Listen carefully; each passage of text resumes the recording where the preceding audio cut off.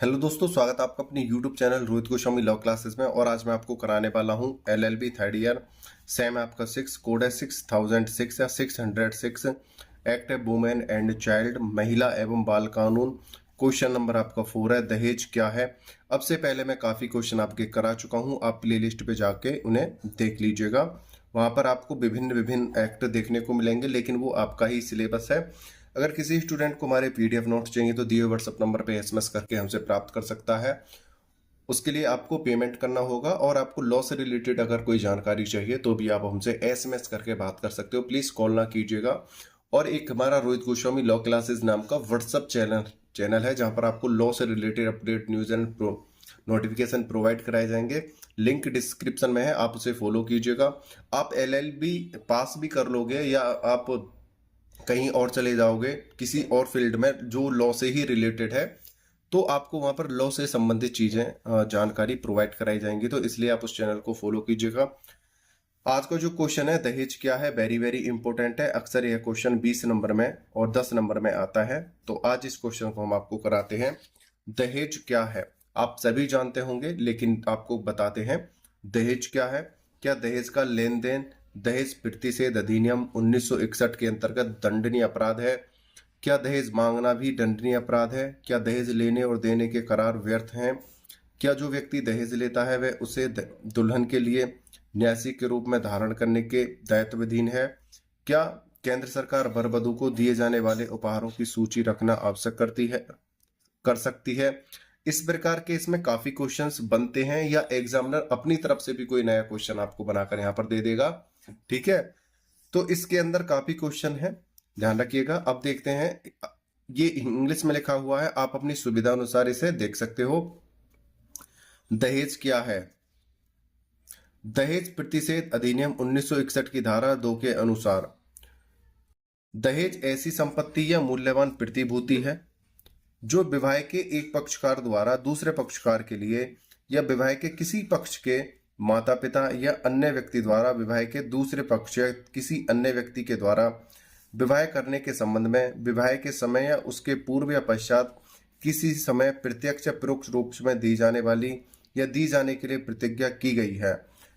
यहाँ पर कहा गया है, अगर कोई व्यक्ति शादी के समय, शादी से पहले, शादी के बाद में लड़की के माता पिता या लड़के के माता पिता, लड़की के माता पिता लड़की को दहेज देते हैं, ठीक है, या लड़के के माता पिता लड़की के माता पिता से दहेज मांगते हैं। कहने का मतलब यह है, लड़की पक्ष या लड़का पक्ष दहेज लेते हैं या देते हैं, या उनके कोई रिश्तेदार उनकी एवज में दहेज लेते हैं, देते हैं, चाहे विवाह के समय, विवाह से पूर्व या विवाह के पश्चात, तो वो क्या है? दंडनीय है, अपराध है। ठीक है,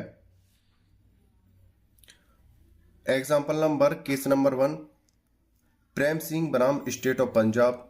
यदि विवाह के पश्चात अतिरिक्त दहेज के रूप में टीवी व मोटरसाइकिल की मांग की जाती है, तो यह भी धारा 2 के अर्थ में दहेज ही माना जाएगा।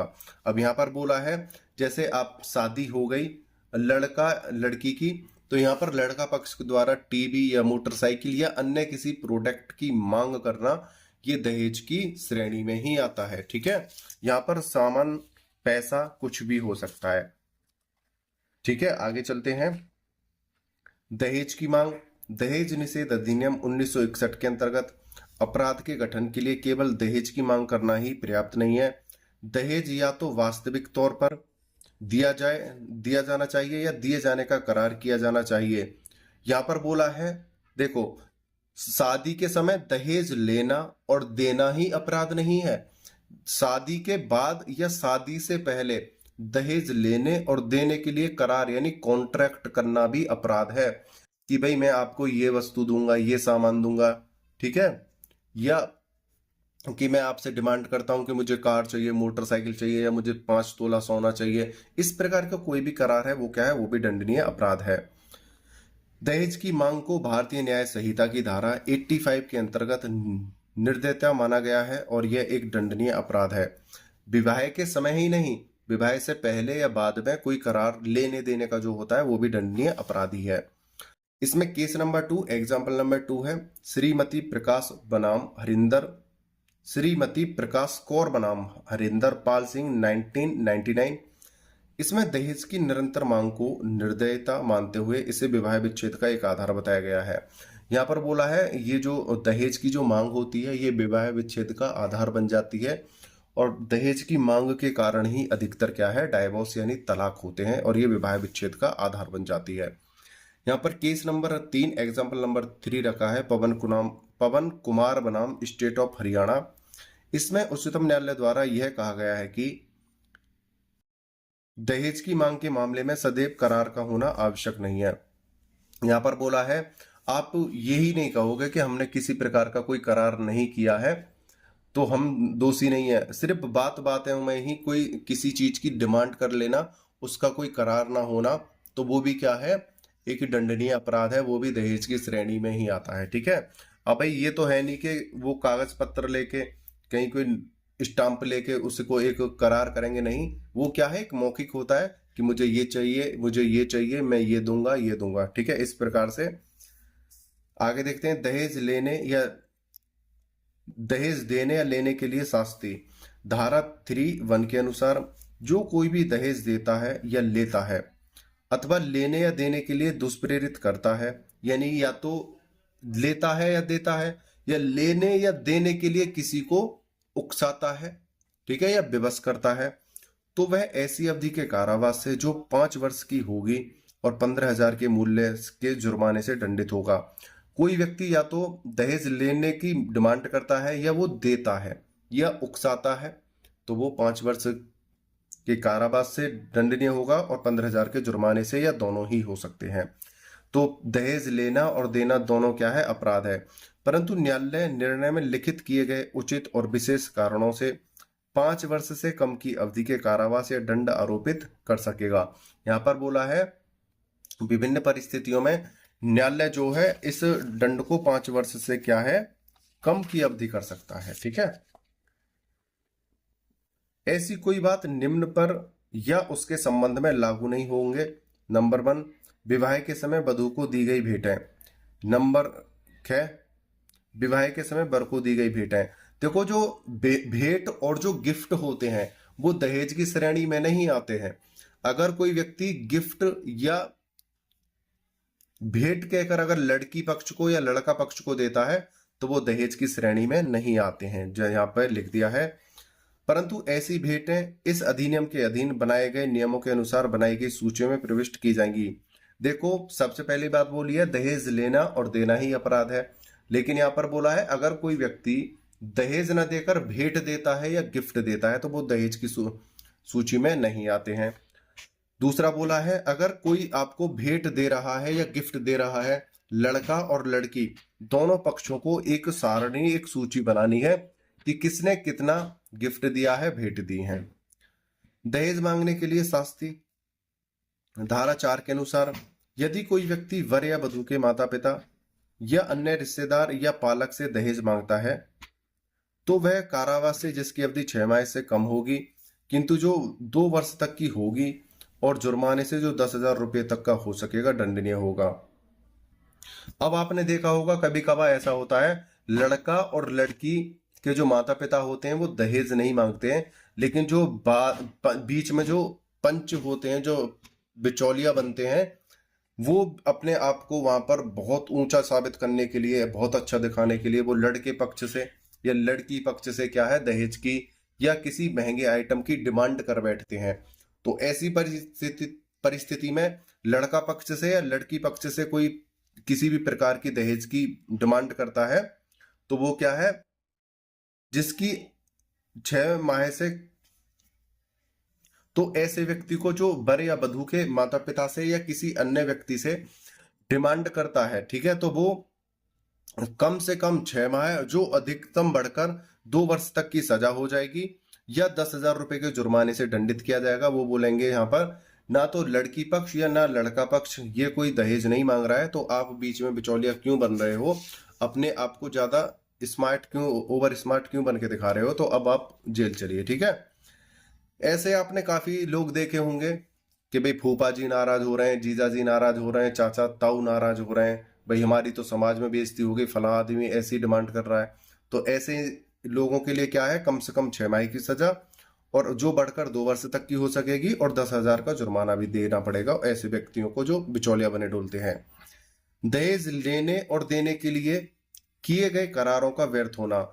देखो, पहली बार तो दहेज लेना और देना ही बेकार है। दूसरी बात, अगर कोई व्यक्ति संविदा करता है, कॉन्ट्रैक्ट या करार करता है दहेज को लेने के लिए, शादी से पहले, शादी के समय, शादी के पश्चात, तो ऐसे करार जो है, ऐसी संविदा जो है शून्य होगी। धारा 5 के अनुसार दहेज देने या लेने के लिए किए गए सभी करार व्यर्थ हैं। जैसे हम कोई संपत्ति खरीदने के लिए दो पक्ष या दो से अधिक व्यक्ति उससे मिलकर कोई करार करते हैं तो वो मान्य होता है। अगर कोई उसमें से इनकार करता है तो वो सजा का पात्र होता है। लेकिन दहेज लेने और देने के लिए कोई करार करता है तो वो क्या है? करार ही व्यर्थ होता है। ठीक है।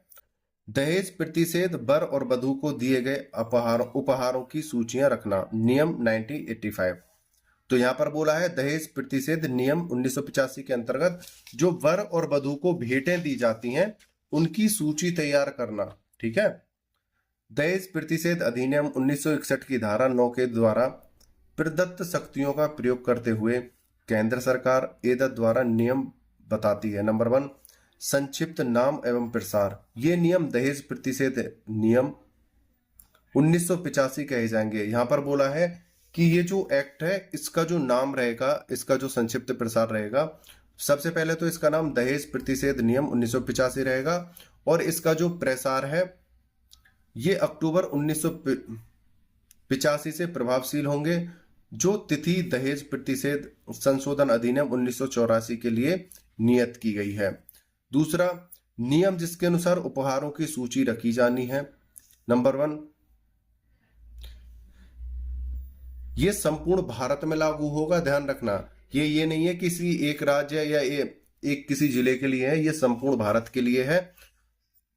अब बात करते हैं पॉइंट नंबर दूसरे की। नियम जिसके अनुसार उपहारों की सूची रखी जानी है। नंबर 1, उपहारों की सूची जो वधू के विवाह के समय दिए जाते हैं वधू के द्वारा रखी जाएगी। वधू यानी जो स्त्री है, यानी जो महिला है, उसको जितने भी उपहार मिले हैं, भेंट मिली हैं, गिफ्ट मिले हैं, उसकी सूची तैयार की जाएगी। दूसरा, उपहारों की सूची जो वर को विवाह के समय दिए गए जाते हैं वर के द्वारा रखी जाएगी। उसी प्रकार से अगर कोई लड़के को गिफ्ट, भेंट या उपहार दिए जाते हैं उसकी सूची लड़का पक्ष द्वारा दी जाएगी। तीसरा नंबर है उपनियम 1 वे 2 में वर्णित उपहारों की प्रत्येक सूची। नंबर 1, विवाह के समय या विवाह के बाद या संभवतः शीघ्र तैयार की जाएगी। ये जो सूची है या तो विवाह के समय या विवाह के पश्चात जल्द से जल्द, जल्दी से जल्दी, ठीक है, ये तैयार की जाएगी। दूसरा, लिखित होगी। ऐसी सूची कैसी होगी? लिखित होगी कि भाई कितना गिफ्ट, उपहार, भेंट आई है, ठीक है, और किस व्यक्ति ने किस समय पर दी थी। उनमें निम्नलिखित शामिल होगा। इसके अतिरिक्त भाई ये तो विवाह के समय या विवाह के पश्चात शीघ्र, जल्दी से जल्दी होगा, लिखित होंगी। और इसमें और पॉइंट भी जोड़े गए हैं। प्रत्येक उपहार का संक्षिप्त विवरण। संक्षिप्त विवरण उपहार का, अगर सोने चांदी की चीज है, कहाँ से बनवाई है, कितने ग्राम की है, कितने का ये आया था, कौन व्यक्ति दे रहा है, ठीक है, ये सब ब्यौरा। उपहार, दूसरा है उपहार का संभावित मूल्य, वो मैंने बता दिया है। तीसरा, उस व्यक्ति का नाम जिसने उपहार दिया है। फोर्थ, जहां उपहार देने वाला व्यक्ति वर या वधू का संबंधी है, ऐसे संबंध का विवरण। लड़का या लड़की पक्ष से उसका क्या संबंध है वो वहां पर लिखा जाएगा जो उपहार दे रहा है। ये गे पॉइंट में थे ये 4 पॉइंट, अब ये घे है। वर और वधू दोनों के द्वारा हस्ताक्षरित होगा। यदि वर या वधू किसी कारण से हस्ताक्षरित के, यहां पर हस्ताक्षरित में असमर्थ हो तो अभिभावक हस्ताक्षर करेंगे। और ऐसी जो सूची बनाई जाएगी लड़का या लड़की पक्ष से जो उपहार, भेंट या गिफ्ट हैं, उसकी सूची बनाने के बाद लड़का और लड़की के उस पर साइन होंगे।